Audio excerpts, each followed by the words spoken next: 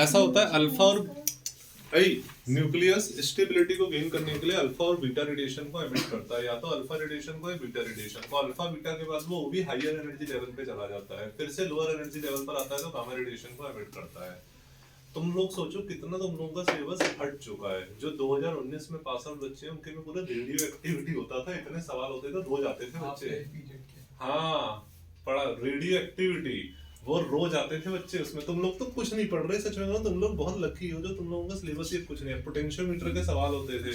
चलो क्या लिखना, excited electron can not emit radiation. लिखो लिखो, excited electron can not emit radiation, this is because excited electron cannot emit radiation, this is because energy of electronic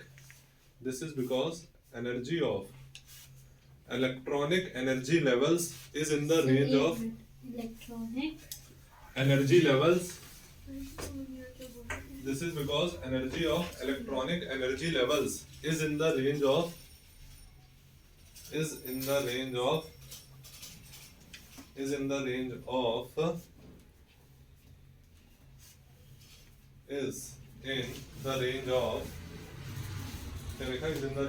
electron volt only, is in the range of electron volt only।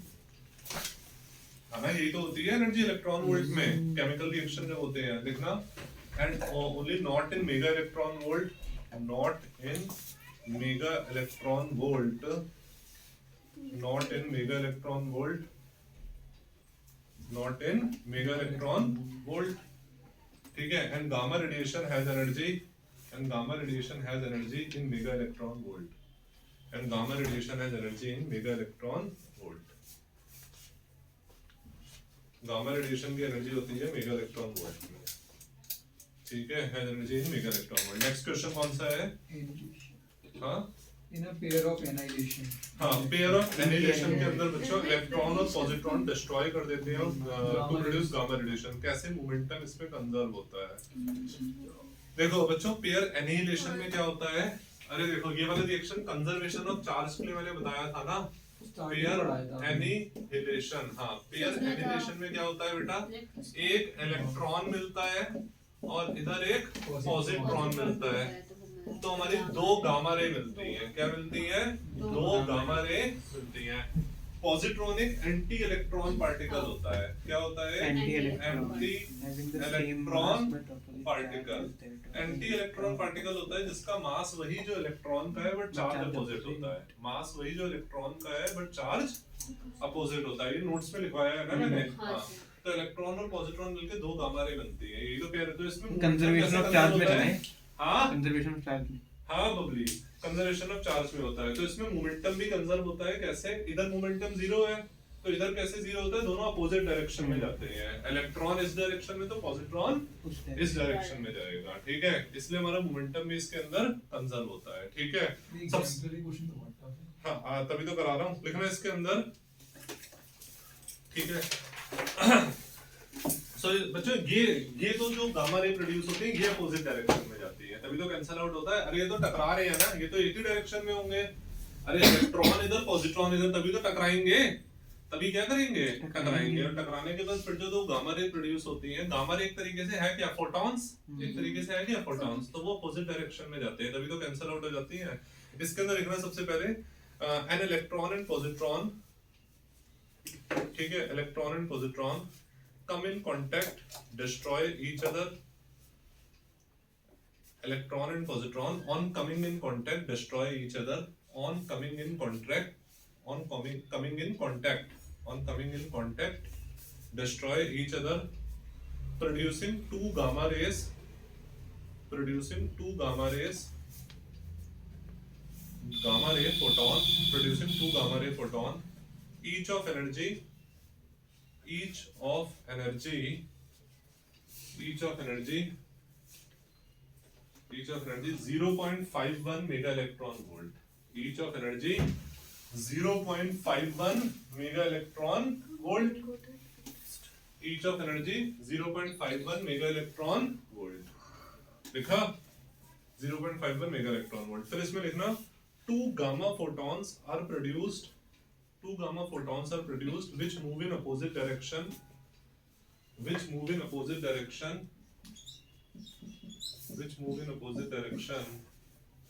to gamma photons are produced which move in opposite direction to conserve momentum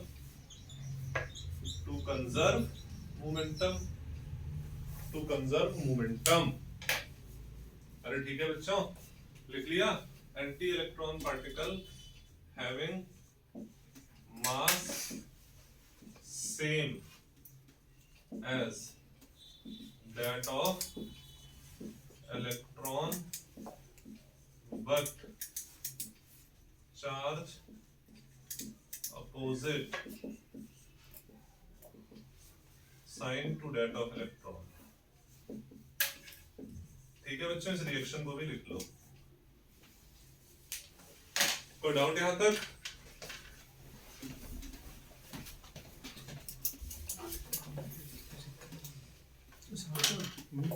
numerical क्या है? मेरी कौन सी किसी का भी कुछ ये sir करवा रहे हैं। मैंने कुछ नहीं किया? करा है। इधर से पता चलता दे रही है, आपने कुछ नहीं कर गया अंदर। मैंने कुछ नहीं करा है। मजाक से हट के। मेरी सत्यम कहता था सबसे अरे। ज्यादा उसकी याद है ये। हाँ यार, स्कूल में पता है ऐसे करता है। अरे वो भी तो पानी नहीं बहुत बनता है। कमाएंगे कर करके रैंक लेता है। सब मुझसे कहती है ये जीआरएम के नंबर ही है वो। लो चुप नहीं। मैं 51 है, मैं 15 तक आऊंगी।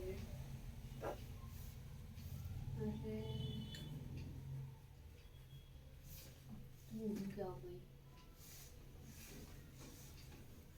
तो तुम क्यों?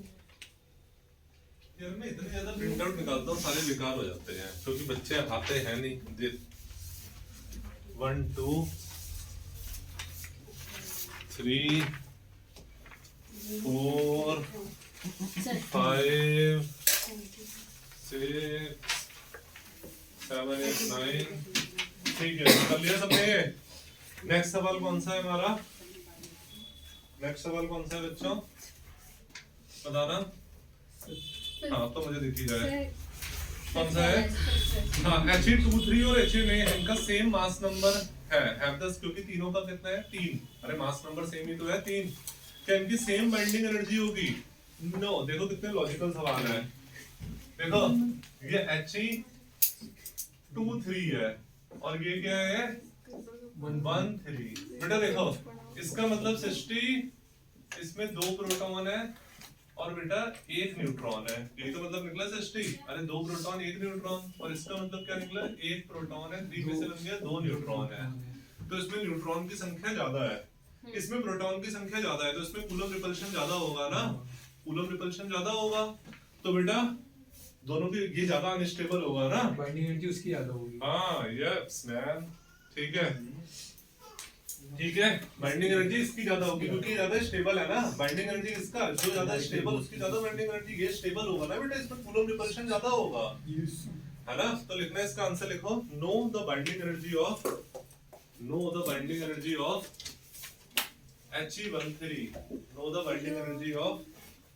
He13 is greater। Know the binding energy of He13 is greater। हाँ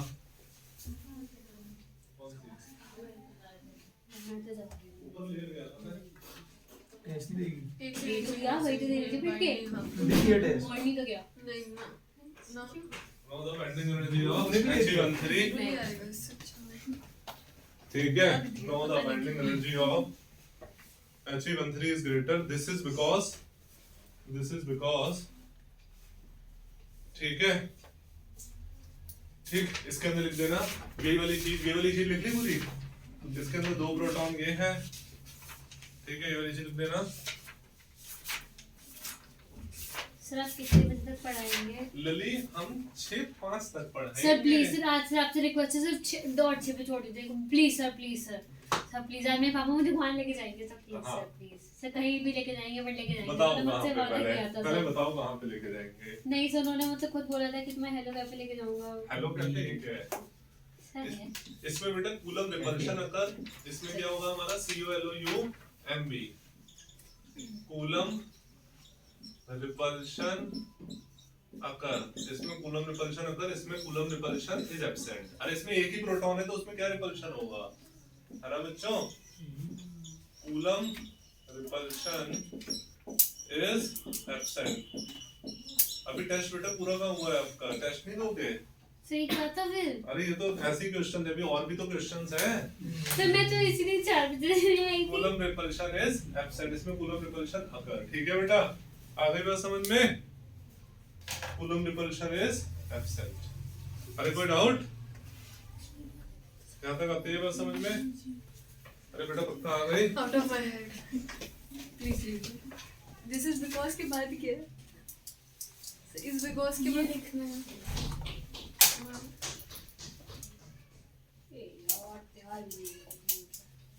और मजा क्वेश्चन बता ना, तो टेस्ट दे चुकी है। यार मैंने पता मैं फिर क्या करेगा, रेडियस का वो डेरिवेशन करा लिया, मुझसे वो जितनी भी सारी रेटेड निकालवा ली, शॉर्टेस्ट लॉन्गेस्ट, और पोस्टेरियर लिखवा ली, एलिवेशन लिखवा ली, Derivation इफेक्ट, कौन सा? बाइंडेशन। डेरिवेशन कौन सा? रेडियस का क्लोजेस्ट अप्रोच नहीं दूसरा वाला। कौन सा वाला? Velocity.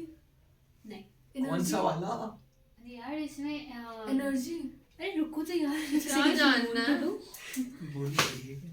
अरे यार इसमें वो अरे किसमें चैप्टर कौन सा है? लहजे आया वरना। MPR इक्वल्स टू में K Z E 2 E upon में R। अब यार ये सब तो एट द पॉइंट निकालना। थोड़ा बहुत थोड़ा नहीं पूरा। ये है ऐसी तो होता ही वाला। नहीं भाई मुझे कांस्टेंट्स की वैल्यू बता दो। ये आइटम एंड न्यूक्लियस जो कर रहे हैं हम। अच्छा इसी का? अच्छा इसका, अरे कर अच्छा इसका तो मास डेंसिटी वाला एक ही है इसमें तो। अरे बच्चों कर लिया?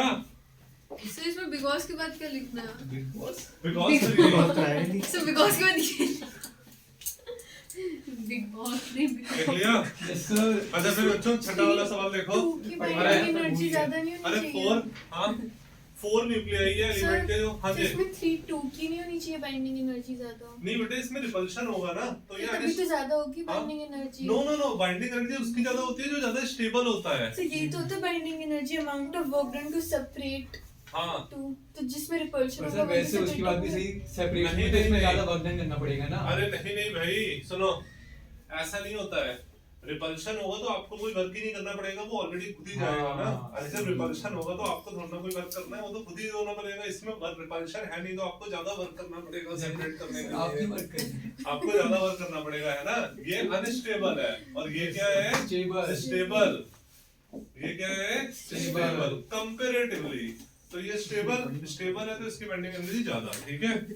अच्छा अब देखो बेटा जल्दी से प्लीज, अभिषेक के पापा अभिषेक से बहुत ज्यादा अफेक्शन करते हैं ना। तो देखिए मैंने उनको अच्छा, तो बोला मैं- था कि मुझे लेके जाइए प्लीज सर। मैं अपने पापा से कहता पापा हेलो करते चला, पापा कहते तुझे बताता हूँ मैं। क्यों सर अभी आप अपनी बेटी को नहीं लेके गए थे? बेटी को लेकर हाँ जाएंगे, देखा सर बेटी को तो लेकर जरूर जाएंगे।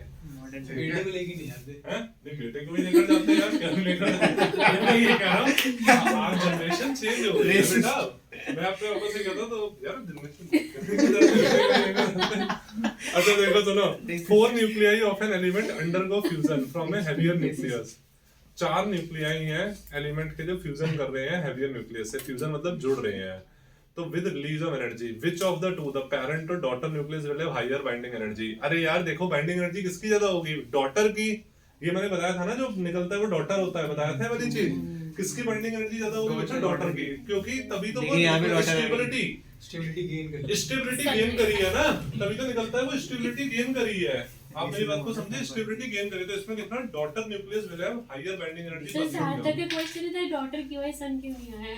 क्योंकि लड़कियां वफादार सारदा होती की हैं। प्यारी गुड़िया। अरे क्योंकि लड़कियां वफादार होती हैं और लड़के कहाँ वफादार होते हैं। बिल्कुल। ठीक है। अरे देखो बेटा ये होता है हमारा, अरे ये एक एटम है। सुनो एटॉमिक नंबर, ये इसका मास नंबर। बेटा प्लीज पढ़ाइए। यस सर बताइए पढ़ाइए। जब बेटा इसमें, कौन आ रहा है? जब इसमें कॉल आ रहा है। किसका है? कुछ डी से ना। वो इस दिस मैन। छोटू नहीं डी से छोटू।